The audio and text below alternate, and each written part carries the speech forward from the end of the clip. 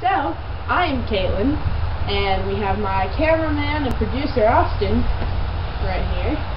And today, we're introducing to you a series about what it's really like to live in Western Washington. Because, you know, I think a lot of people make assumptions. We are not all granola crunching, rain-loving hippies. A vast majority, yes, all of us, no. So, our first episode of the series is going to be an interesting one. Why? Because it has nothing to do with rain, but everything to do with a November snowstorm. And when I say storm, I speak of Washington standards, so we got like 2 inches right here. 2! Also, a week before this, we had a surprise windstorm and an earthquake, all in the same time span. And you know,